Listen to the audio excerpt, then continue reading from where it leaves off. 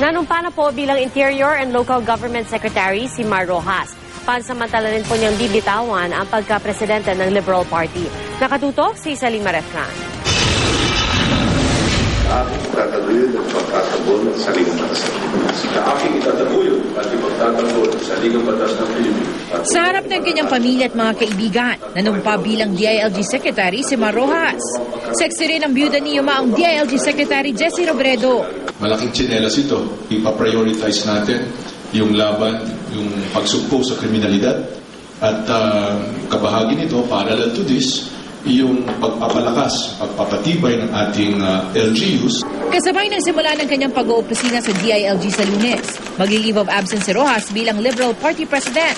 Tututok daw muna siya sa papel ng DILG at PNP sa eleksyon 2013. Pansamantalang papalit sa kanya bilang LP President si incoming DOTC Secretary June Abaya. Sa Lunes din nakadakdang ihayag ng LP ang senatorial lineup nito. Hindi naman direktang sumagot si Rojas kung kasama sa lineup sina Senador Chis Escudero at Loren Legarda. Is Senator Chis and Legarda included in that slate? I think mayroong notice sa Malacanang press corps na inaanyayahan kayo ng Pangulo sa isang announcement sa Lunes at siguro hayaan na lang natin ang Pangulo na magsasabi. Sa isang statement naman mula kay Vice President Jejo Marbinay ng United Nationalist Alliance, formal na raw nilang guest candidate si Senador Escudero.